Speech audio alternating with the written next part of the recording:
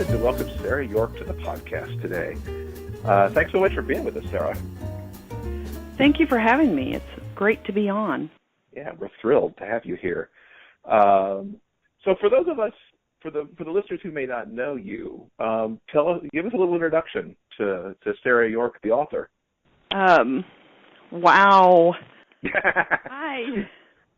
It's kind of hard for me to really manage the scope of how much I've written. I started writing in the male genre a little over 4 years ago, and I just haven't stopped. It's almost like a sickness. I just keep writing more and more books.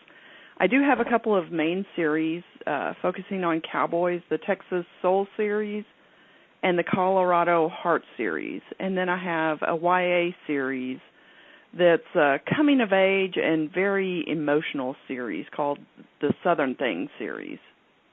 And that's been the primary work that I've read of yours so far, and I've just loved it. It's a little difficult to read at times, but then also so just emotionally satisfying too, in a lot of ways.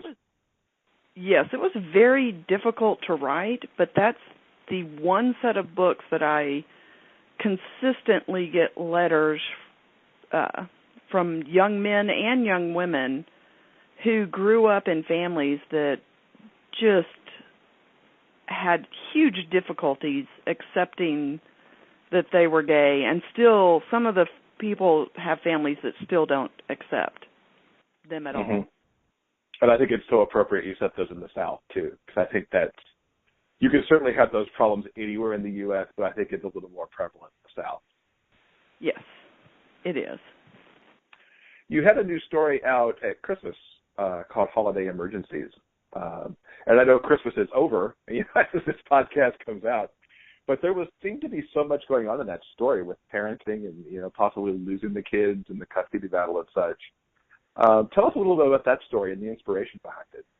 That story is the follow-up for my Cops and Cakes book that came out a year and a half ago, and it is just the final piece of that grouping of guys, and every single one of the stories in that series has someone who works in the food industry and someone who works as a first responder. And it just pulled everything together with how the things a first responder would see. This police officer saw two kids who were obviously homeless, and they stepped up and decided to bring them into their family. And you see stories on the news where, a police officer finds kids, and of course in fiction you can make things happen much faster than in real life. But it's really one of those feel-good stories where people step up and take care of the kids. And that's such a good story anyway, anytime you hear that happening, because there's so many homeless youth out there. There really are. And I see that you've got coming up soon Colorado Hitch, which is the 5th book in Colorado Heart. When did that come out, and what can the fans of the series expect there? Well, I am delaying that book coming out until book 6 is done. But the good thing about that is I only have 10,000 more words to write on book 6. I'm almost done with it. I'm just doing the final wrap-up of the story. So I don't have a definite date, but I want to wait until 6 is done before 5 comes out. And both of the stories are very closely connected. It does not wrap up the Colorado Heart series, but it does put a final touch on one of the storylines within the series, and it opens some new possibilities for the guys. And kind of nice that if you have 2 books out, fans don't have to wait so much in the in-between. Yes. Last year I did not get to write anywhere near as much as I wanted to, so these 2 stories are a long time coming. What would you say that are the trademarks of a Sara York book? High romance and danger I just like to throw in a little bit of a thriller aspect into almost all of my books. There's a few that don't have a dead body, but most of them have something that is high stakes. What would you say your writing inspirations are, or who or what, or both? I did read a lot of Stephen King whenever I was younger, and a lot of Anne Rice. And Anne Rice books just proved to be too scary after a while. And I do read a lot of thrillers, though, like James Patterson. And I recently found Marshall Thornton's Boys Town series, and that one just satisfies my need for the hard-boiled cop drama with a little romance. Okay, I hadn't heard of that one. I'll have to check that out. As a Stephen King fan myself, I have to ask you, what's your favorite in his library? I think it would have to be Pet Sematary. Oh, nice. Not many people come up with that. It's usually The Stand or It that come up there. But yeah, Pet Sematary, that's a good one. I think I read it at just the right age for it to be just mind-blowing for me. And then the movie came out. And I know some people were like, oh, I hate the movie. But I had such an enjoyable experience at the movie. It was in a college town. There was a bunch of us from the school who went to go see it, and it was just so much fun to go see that movie in that college town atmosphere with a bunch of other young people who were just having fun. Yeah, I thought the movie was one of his better theatrical movie adaptations even. It was very good. And in an environment where everyone is a little more loose and kind of knows each other because we're all at the same college, it was a very community movie experience. Mm-hmm. So looking at your writing process, what's your typical process in getting a book together? I usually start about, I would say, a year or two before I'm going to write the book, thinking about it. There are some books that, like, I come up with an idea and I write it and it's done. But usually it's about a year or two out where I just think about the story. And I keep thinking about the story over and over again. Meanwhile, I'm writing other books. And eventually I'll write something down about the story, and it may be a paragraph, it may be 3 paragraphs, and sometimes I'll just sit down to write a paragraph that I'll get 20,000 words in, and it's like, oh, I wasn't supposed to write that much of the story. And then it'll sit for a while, and I'll come back to it whenever I'm ready to actually sit down and write it, and then it just flows really fast for me. And that means I usually have at least 3 or 4 books sitting on my computer, almost fully done. Do you work on multiples at a time? Or when you're actually writing a book, do you just take off on it and go until it's done? The answer is both. Okay. Because I'm constantly thinking of books that I want to write. I have 3 books that I'm currently working out the plot and writing little tidbits down, and I have one of them fully plotted out. I have another one that's mostly plotted out, and I have a third that I've gotten about 20,000 words on. Meanwhile, I'm working on the Colorado series and trying to focus on writing that when I sit down to work. But every couple of days, I'll go back to the other books and just write a little bit more. It's confusing for me too. Given that you're thinking about some of these stories, 2 and 3 years out, do you consider yourself a plotter or a pantser? I think some people would consider me a pantser because I don't hash out the plot the same way that they do, but I'm not a purist in pantsing because I do plot some things out.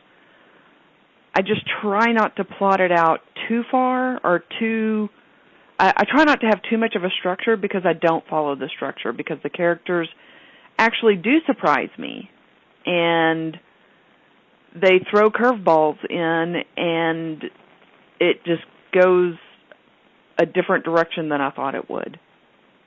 Mm-hmm. When you're doing series, do you end up and think, this is going to be a 3-book series, this is going to be a 6-book series, and look at the arc overall, or do you just see book to book where it takes you? I try to plan it for a certain number of books, but I've learned that readers don't actually like that, and they want you to just keep on going. And that's why I'm leaving the Colorado Heart Series book open, because there will probably be more that just keep coming. Mm-hmm. You've done quite a number of audiobooks as well. What's it like for you to hear your words transformed into the audio performance? I love having the audiobooks, but I'm not an audio person. I can't focus enough when somebody's speaking a book. I've tried to listen to audiobooks from other authors, and I just can't do it. So because as the author, I have to sit down and I have to listen to the entire audiobook to make sure it is true to the story, it's just a painful event for me. So I actually hired somebody to listen to the last couple of audiobooks, so I have not listened to them all. Oh, okay. Interesting. It's the way that I listen to things. I just cannot focus on the speaking, and I'll either fall asleep and I'll have to just listen to it over and over again, or I'm like 20 minutes in and I have no idea what the person said. Mm-hmm. It just blanks in my memory and I have no idea what I've just listened to. And I have that problem also, like in a classroom setting. Whenever I was in college, I had that problem a lot. I could not listen to the professor. It just doesn't work. Interesting. A little insight there into Sara York. Because I find with audio that I really can only do it if I'm like driving in a car. Almost all of my audiobooks that I listen to them on trips to San Francisco or something when I'm driving. Or if I'm in a plane and I'm kind of, I'm trapped and can't really do much else. Yeah. Because otherwise I want to multitask and do something else although I'm not listening to the book and paying attention. Yes. And that's how I am. I can't listen. And I don't spend enough time in a car. Mm-hmm. You've done, as I mentioned, quite a few, but your whole library is not out there. How do you decide what to take to audio? That's a really tough decision. I think what some of the publishing companies are doing and waiting to take things to audio and eventually doing it is interesting. As a self-published author, by the time I figure out if I'm going to earn out enough for a book, I think the excitement for that story is past, and it's a very difficult decision to make for going to audio. I'm glad I did it with my Southern Things series. I love the audio versions of those stories. I'm not sure how many more I will do. Mm-hmm. Yeah, I can see it being a hard decision, and I think the way that I was thinking that the publishing companies are actually doing it, it's almost like how traditional publishing, puts the hardback out and then a year later the paperback would show up. Yes. It seems to follow that kind of traction. But yeah, I mean, to know when the excitement for a title is over, like when do you do it and when do you take that leap? I think we'll all be experimenting in that over the next couple of years, trying to figure out where the sweet spot is. Yes, and the publishing industry is changing so much. It's a little frightening how fast it's changing and some of the effects of those changes. Mm-hmm. Mm-hmm. Definitely. And it's as soon as you think you know what's happening, it changes again. It doesn't stay static very long at all. No, it doesn't. So to kind of shift gears a little bit, as 2015 closed out, you were kind of spearheading a multi-author giveaway that was designed to help out Eric Arvin with some of his medical costs. Why don't you talk a little bit about that, kind of why you stepped up to the plate there and what that means to you? I've known Eric for a number of years online, and I met him in Albuquerque at GRL, and he's really just one of the nicest people in the industry. Online it's kind of hard to get to know people, but he really is just a very, very nice person. And he has some health issues and needs some equipment that's very, very pricey. And when I saw that the GoFundMe for his health equipment wasn't going to reach its goal, I just decided to gather together as many authors as I could find who would do the giveaway with me. And we want people to donate, so I guess you would call it a raffle. Technically, it's a raffle. But we're giving away so much stuff, and Kindle Paperwhite, and so many paperback books, and just a ton of ebooks too. So you kind of have to look at the giveaway to see what all's there, but there's so much stuff we're giving away. And it does not end until the 21st of January, so there's still time to enter. Exactly. As this podcast comes out, the listeners, the day it comes out, they'll have 10 days still to enter. And we've certainly been talking about it on the show since the end of last year. It's really, it's a great, if you want to just cut it down to the money itself, every prize there is worth more than the donation that people would be giving. Yes. From what I could see, and it's a wonderful set. I think it's at least a dozen authors who are in it as we record this. Yes, it's just the number of people who have stepped up is amazing. And people who don't even know Eric, they're moved by his story and they want to help. Which is awesome to see. I will have the link to the giveaway in the show notes as usual for this episode, so people can easily click into your blog and see the whole information and the Rafflecopter giveaway sitting there, so that they can make their donation and get in on this good deal and help out somebody. So tell us, what do we have to look forward to from you in 2016 in terms of books and convention appearances and all that good stuff? I'll talk about conventions first. I'm going to RT in Vegas, which I'm very excited about that. That's my first RT. And I'll be at a couple of other smaller conferences. I'm going to one in Dallas in June and Charleston in July. And I'm excited about those. And then books, I'm continuing with my Colorado series. And then I have some other special stories that are not going to be series, just one-off books. There is one that is more on the thriller side, and I haven't set the name for that one yet. And then there's a couple that are very romantic, not so much mystery thriller, with just a very good story. And I wish I had the names for those two, but I don't. We'll point people to your website so they can just keep up with these things as you are able to get them out there. That's good. I usually end up naming books I'm working on, either stories that I've read.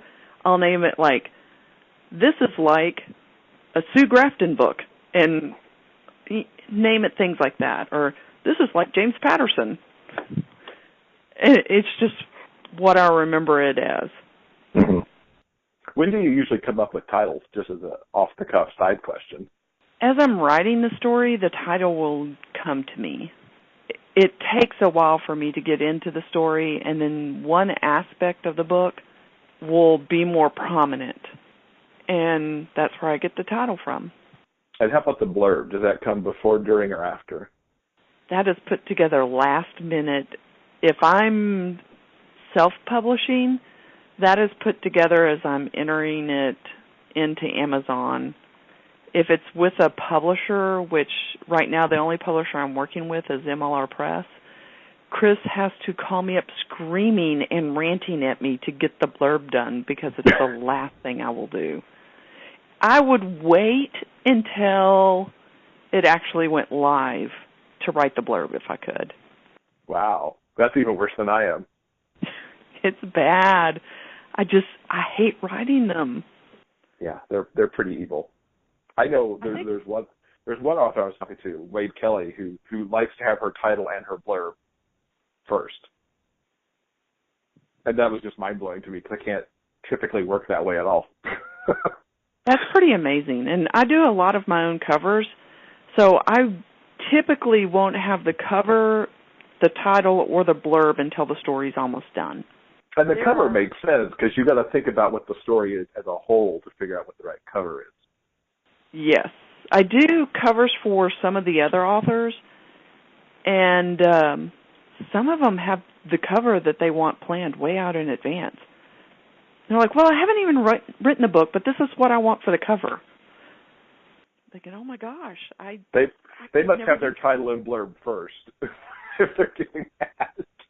They must, and like I'll be sitting on covers for some of these authors for like 4 or 5 months, and then they do a cover reveal, and I'm like, oh yeah, I made that, didn't I?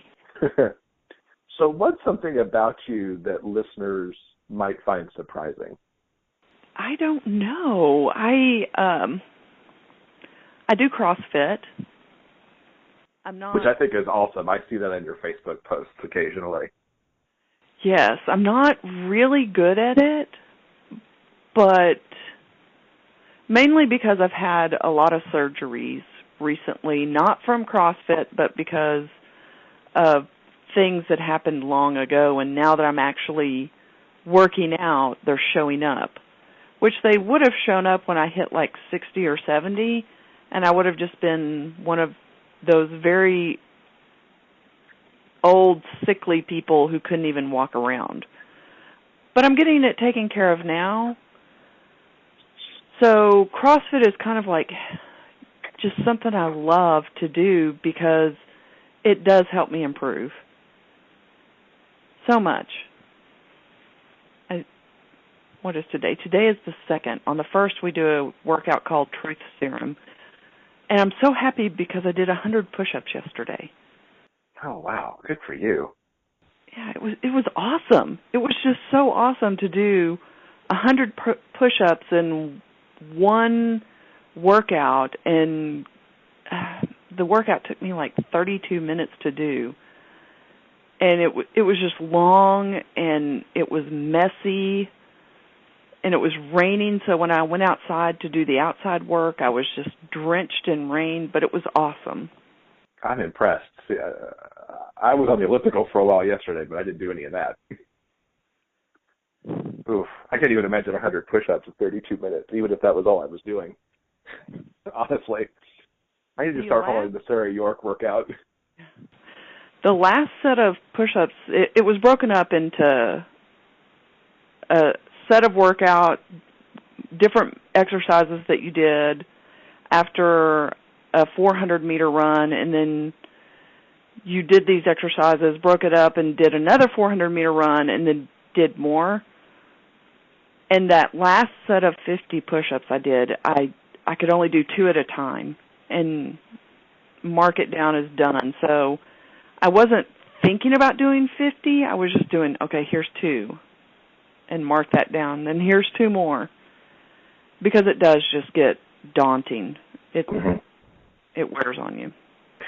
So we ask every week on the podcast a question of the week. And the question for this episode is what are your reading goals for 2016?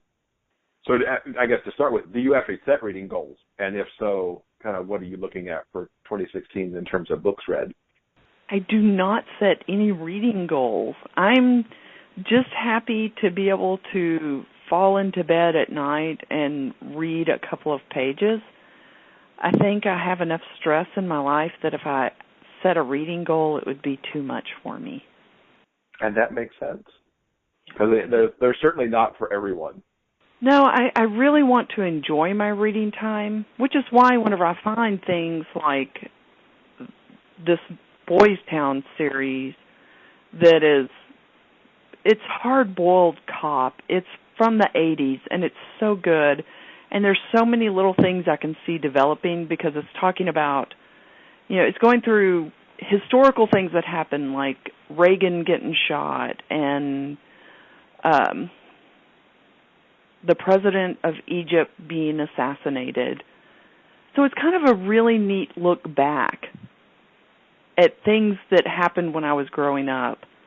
And, of course, right around that time, the AIDS crisis happened. And so you can see little hints of what's going to happen in the series. It's like a guilty pleasure for me to read stuff like that. Nice. You've sold me on that just a little bit more now, too. It is worth it to pick it up. I think there are 8 in the series so far. So it's, hours of reading pleasure. It's not just like, okay, I'm reading like 20 minutes and I'm done. The story is so good and the characters are so good. So maybe my goal is to read all of those books this year. There you go. It's a good goal. So now you get to turn the table on our listeners. What question do you want to ask them for them to give the responses to this coming week? For the listeners, here's the question. Is there a series for your favorite author that you would like to see continue? So like a series that hasn't had a book out in a little bit, perhaps, or? Yes, or one that is closed off, one that the author has ended. And I know that that's like not realistic sometimes. Sometimes the author has passed away and they're done writing. It's over. But is there something that you would like to see continue? And I know that some of the readers go off and do fan fiction and continue it on their own, which is an interesting way to satisfy that need. But what would they like to see continue? Okay, that's a good question. And I have one that immediately comes to mind even. So I have an answer to give even. That's awesome. Which I won't reveal here because we'll actually do that. Will and I will answer that coming off this interview in the episode. So listeners will actually hear that in a few minutes. Oh, that's good. So what's the best way for people to keep up with you and your writing? On Facebook and my website. So my Sara York author Facebook page and my Sara York website. That would be the best way to keep up with me. Great. And we'll link up to those in the show notes. Thank So you. is there anything else that you'd like to tell our listeners before we wrap up? That I really appreciate all of my readers. I think reading is such a wonderful thing, and it allows me to, disappear into another realm, if you will, and just get my mind off of some of the stressors that happen in life. So I really love that people keep writing, and thank you to all the authors that are your listeners too. Well, Sara York, thank you so much for being with us. Thank you for having me.